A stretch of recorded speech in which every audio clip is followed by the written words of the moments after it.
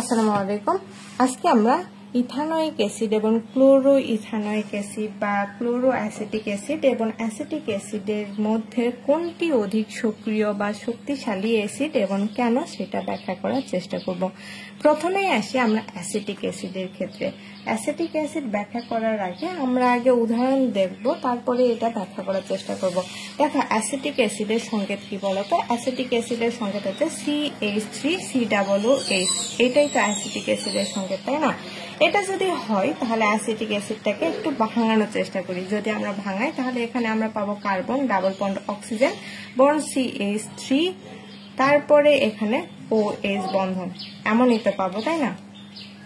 এখন কথা হচ্ছে আমরা যদি তড়িৎ ঋণাত্মকতার ক্ষেত্রে লক্ষ্য করি, অক্সিজেনের তড়িৎ ঋণাত্মকতা আমরা জানি 3.5 এবং কার্বনের তড়িৎ ঋণাত্মকতা কত 2.5, তাই না? যদি এই যে আমাদের অক্সিজেনের থেকে কার্বনের তড়িৎ ঋণাত্মকতা কম, তাহলে এখানে আমাদের অক্সিজেন আর কার্বনের মধ্যে ডাবল বন্ড আছে। তার মধ্যে অক্সিজেনের তড়িৎ ঋণাত্মকতা বেশি হওয়ার কারণে অক্সিজেন কি করবে, তার নিজের দিকে এই পাই ইলেকট্রন টেনে নেওয়ার চেষ্টা করবে। যদি অক্সিজেন নিজের দিকে ইলেকট্রনটা টেনে নেওয়ার চেষ্টা করে তাহলে অক্সিজেনের এখানে হয়ে যাবে ডেল নেগেটিভ আর কার্বনের এখানে হয়ে যাবে ডেল পজিটিভ, মানে কার্বনের থেকে অক্সিজেন ইলেকট্রনটা নিয়ে নিল। তখন এখানে কি হলো বলতো? এখানে পজিটিভ, মানে এখানে তুলনামূলকভাবে ইলেকট্রনের ঘাটতি দেখা দিল। আমরা একটু স্মুথলি বোঝার চেষ্টা করি যে এখানে কার্বনের পজিটিভ যে চার্জটা সেটা ঘাটতি হলো, মানে পজিটিভ চার্জটা কমে গেল, যা দরকার ছিল বা যে যতটুকু দরকার ছিল তার থেকে কমে গেল। এখন এই কার্বন কি করবে? কার্বন চাইবে তার আশেপাশে কারো একটা থেকে ইলেকট্রন নেওয়ার জন্য। ইলেকট্রন নিয়ে এই তো পজিটিভ থাকবে না, সে কেন পজিটিভ থাকবে? এই জন্য সে খুঁজবে তার আশেপাশে কোথাও থেকে ইলেকট্রন নেওয়ার জন্য।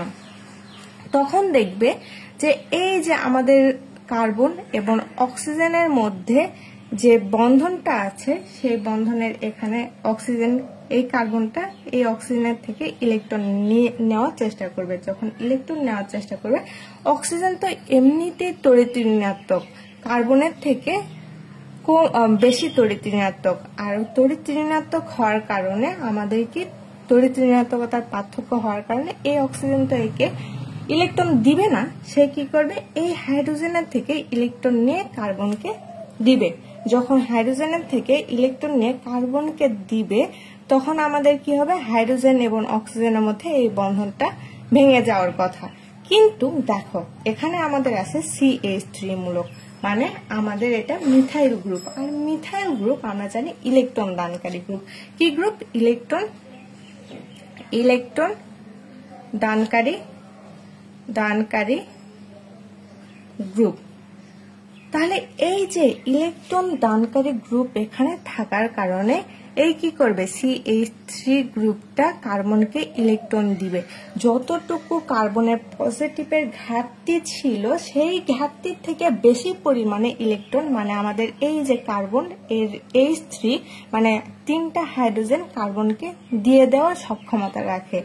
এখানে যতটুকু পজিটিভের ঘাটতি ছিল ততটুকু পজিটিভ যদি এখান থেকে আমাদের মিথাইল গ্রুপ থেকে আসে তাহলে কি এই অক্সিজেন থেকে নেওয়ার দরকার আছে? নেওয়ার তো দরকার নাই, তাই না? কারণ কার্বনের যতটুকু পজিটিভের ঘাটতি হয়েছিল সেই ঘাটতিটা তো মিথাইল গ্রুপ পূরণ করলো। এই জন্য আর আমাদের অক্সিজেনের থেকে এই ইলেকট্রনটা নেওয়ার প্রয়োজন পড়ে না। এই জন্য অক্সিজেন আর হাইড্রোজেনের মধ্যে যে বন্ধনটা সেই বন্ধনের দৃঢ়তা বৃদ্ধি পায় এবং ইলেকট্রন ত্যাগের প্রবণতাটা কমে যায়। এই যে দেখো এই কি করছে? এই কার্বনকে যখন ইলেকট্রন দান করছে তখন এই অক্সিজেন এবং এই হাইড্রোজেনের মধ্যে ইলেকট্রনের একটা ঘনত্ব বৃদ্ধি পাচ্ছে, কারণ আমাদের কার্বনের থেকে অ্যাভেলেবল অক্সিজেন ইলেকট্রন নিয়ে নিচ্ছে। এই জন্য আমাদের অক্সিজেন আর হাইড্রোজেনের মধ্যে বন্ধনটা আরো দৃঢ় হয়ে যাচ্ছে। তাহলে এটা ব্যাখ্যা কিরকম ভাবে দেওয়া যায় বলতো? যে অ্যাসিটিক অ্যাসিড CH3COOH অণুতে এই কার্বক্সিলিক গ্রুপের সাথে সরাসরি একটা মিথাইল গ্রুপ যুক্ত থাকে। আর মিথাইল গ্রুপ হলো একটা ইলেকট্রন দানকারী গ্রুপ, অর্থাৎ ধনাত্মক আবেশীয় গ্রুপ। এই যে আমাদের মিথাইল গ্রুপ যেটা রয়েছে এই কি ইলেকট্রন দানকারী গ্রুপ।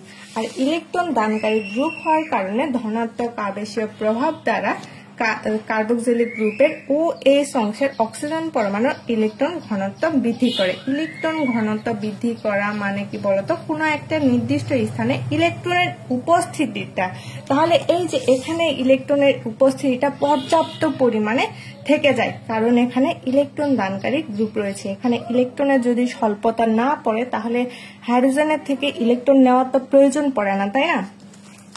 তাহলে এখানে ইলেকট্রনের ঘনত্ব বৃদ্ধি করে, ফলে অক্সিজেনের তড়িৎ ঋণাত্মকতা কিছুটা হ্রাস পায় এবং OH বন্ধনের ইলেকট্রন জোড় অক্সিজেনের দিকে বেশি সরে থাকে না।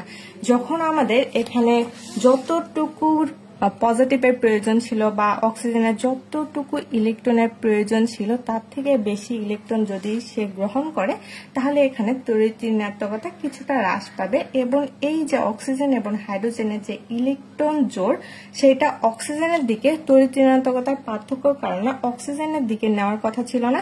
এই যে এই বন্ধনটা কি করার দরকার ছিল, হাইড্রোজেন এবং অক্সিজেনের মধ্যে তড়িৎ ঋণাত্মকতার পার্থক্য থাকার কারণে বা অক্সিজেনের তড়িৎ ঋণাত্মকতার পার্থক্যটা বেশি হওয়ার কারণে অক্সিজেন নিজের দিকে টানে নেওয়ার কথা ছিল।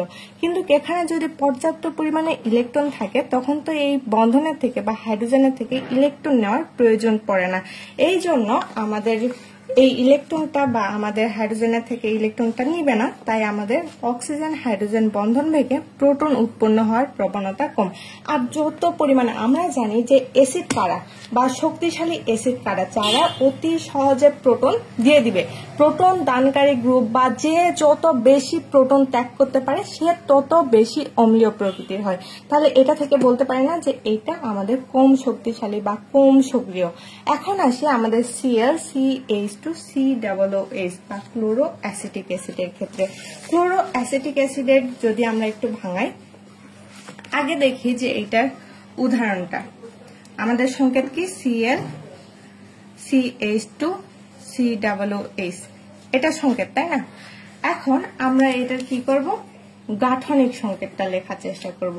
দেখো আমাদের কার্বক্সিলিক গ্রুপ কে যদি আমরা ভাঙাই তাহলে জানি যে আমাদের carbon double bond oxygen bond ও বন্ড H এমনই তো হওয়ার কথা।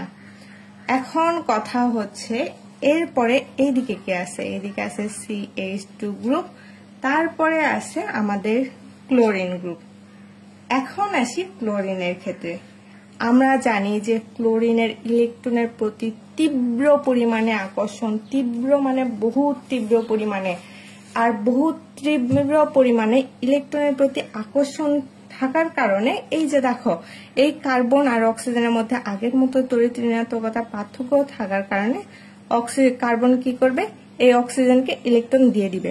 যখন ইলেকট্রন দিয়ে দিবে আবারও কার্বন পজিটিভ হয়ে যাবে। তখন এই ক্লোরিন কি করবে, ক্লোরিন তার পজিটিভ থাকা সত্ত্বেও ক্লোরিন নিজের দিকে ইলেকট্রন টেনে নেবে। ক্লোরিনের ইলেকট্রনের প্রতি প্রবল ক্ষুধা থাকার কারণে বা প্রবল আকর্ষণ থাকার কারণে ক্লোরিন নিজের দিকে তার ইলেকট্রনগুলো সবগুলো টেনে নেওয়ার চেষ্টা করবে। যখন ইলেকট্রন টেনে নিবে এই কার্বন কি চাইবে না যে অক্সিজেন তার পার্শ্ববর্তী কোনো কিছু থেকে বা পার্শ্ববর্তী কোনো যৌগ থেকে বা আশেপাশে থেকে সেই ইলেকট্রন খোঁজার চেষ্টা করবে। তখন সে কি করবে, এই অক্সিজেনের থেকে ইলেকট্রন নেওয়ার চেষ্টা করবে। আর যখন অক্সিজেনের থেকে ইলেকট্রন নেওয়ার চেষ্টা করবে তখন অক্সিজেন এবং হাইড্রোজেনের মধ্যে তড়িৎ ঋণাত্মকতার পার্থক্য আমরা জানি যে অক্সিজেনের, এই জন্য এই হাইড্রোজেন এবং অক্সিজেনের মধ্যে আমাদের অক্সিজেন কি করবে, হাইড্রোজেনের থেকে ইলেকট্রন নিয়ে নেবে। যদি ইলেকট্রন নিয়ে নেয় তখন এখানে অক্সিজেন আর হাইড্রোজেনের যে বন্ধনটা আছে সেটা ভেঙে যাবে। ভেঙে গিয়ে আমাদের এখানে কি হবে, এই কার্বন এই হাইড্রোজেনের থেকে প্রোটন নিয়ে নেবে। এই যে আমাদের ভেঙে যাচ্ছে, প্রোটনটা অপসারিত হয়ে যাচ্ছে। তাহলে এখানে প্রোটন অপসারণ বা ক্লোরোমিথাইল গ্রুপের ঋণাত্মক আবেশীয় প্রভাবের কারণে বা ক্লোরিন গ্রুপ থাকার কারণে OH বন্ধনের দৃঢ়তাটা বা আমাদের এখানে OH বন্ধনটা ভেঙে যায়। ভেঙে যাওয়ার ফলে প্রোটন ত্যাগের প্রবণতাটা বেড়ে যায়। এখানে H+টা ত্যাগ করে দিচ্ছে না, এই যে আমাদের H+টা ত্যাগ করে দিচ্ছে, তার মানে এটা কি, এইটা শক্তিশালী অ্যাসিড। মানে আমাদের ইথানোয়িক অ্যাসিড এবং ক্লোরো ইথানোয়িক অ্যাসিডের মধ্যে আমাদের ক্লোরো ইথানোয়িক অ্যাসিডটা বেশি পরিমাণে শক্তিশালী অ্যাসিড। যদি এখানে Cl2 গ্রুপ থাকতো, মানে এগুলো থাকার পরেও যদি আরো একটা ক্লোরিন অ্যাড থাকতো তাহলে সেইটা বেশি পরিমাণে শক্তিশালী হতো, কারণ যত বেশি ইলেকট্রন গ্রহণকারী গ্রুপ থাকবে তত বেশি এটার সক্রিয়তা বা তত বেশি অ্যাসিডিটিটা বৃদ্ধি পাবে। তাহলে এখন আসি আমাদের ক্লোরো অ্যাসিটিক অ্যাসিডের ব্যাখ্যার ক্ষেত্রে। অন্যদিকে আমরা বলতে পারি যে ক্লোরো অ্যাসিটিক অ্যাসিড ClCH2COOH অণুতে ক্লোরিন পরমাণু যুক্ত রয়েছে। আর আমরা জানি যে ক্লোরিন পরমাণু হচ্ছে ইলেকট্রন গ্রহণকারী তথা ইলেকট্রন আকর্ষী তথা ঋণাত্মক আবেশীয় পরমাণু। তাই এটি ঋণাত্মক আবেশীয় প্রভাব দ্বারা কার্বক্সিলিক গ্রুপের OH অংশের অক্সিজেন পরমাণুর ইলেকট্রন ঘনত্ব হ্রাস করে। যখন আমাদের আচ্ছা OH গ্রুপের অক্সিজেনের এখানে আমাদের ইলেকট্রনের ঘাটতি বা এই নির্দিষ্ট স্থানে ইলেকট্রনের উপস্থিতিটা কমে যায়, তখন ইলেকট্রনের ঘনত্ব সেটাকে আমরা বলি যে হ্রাস পায়।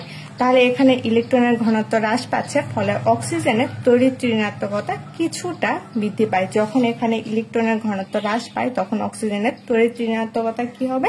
বৃদ্ধি পাবে এবং OH বন্ধনের ইলেকট্রন জোড় অক্সিজেনের দিকে বেশি সরে থাকবে। তাই আমাদের অক্সিজেন এবং হাইড্রোজেন বন্ধন ভেঙে প্রোটন উৎপন্ন হওয়ার প্রবণতা বেশি হয়।